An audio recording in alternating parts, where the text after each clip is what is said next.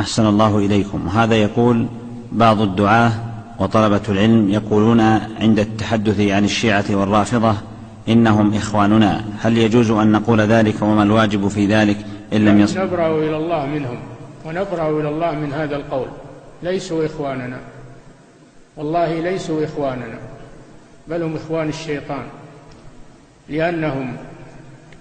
لأنهم يسبون أم المؤمنين عائشة رضي الله عنها زوج النبي صلى الله عليه وسلم، التي اختارها الله لنبيه صلى الله عليه وسلم، الصديقة بنت الصديق، ويكفرون أبا بكر وعمر ويلعنونهما، ويكفرون الصحابة عموما إلا أهل البيت علي بن أبي طالب رضي الله عنه، مع أنهم هم أعدى علي بن أبي طالب.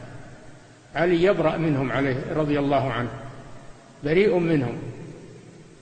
علي إمامنا وليس إمامهم، إمام أهل السنة وليس إمام الرافضة الخبثاء، فنحن نبرأ إلى الله منهم وليسوا إخواننا. ومن قال إنهم إخوان فليتوب إلى الله ويستغفر الله، والله جل وعلا أوجب علينا البراءة من أهل الضلال وموالاة أهل الإيمان.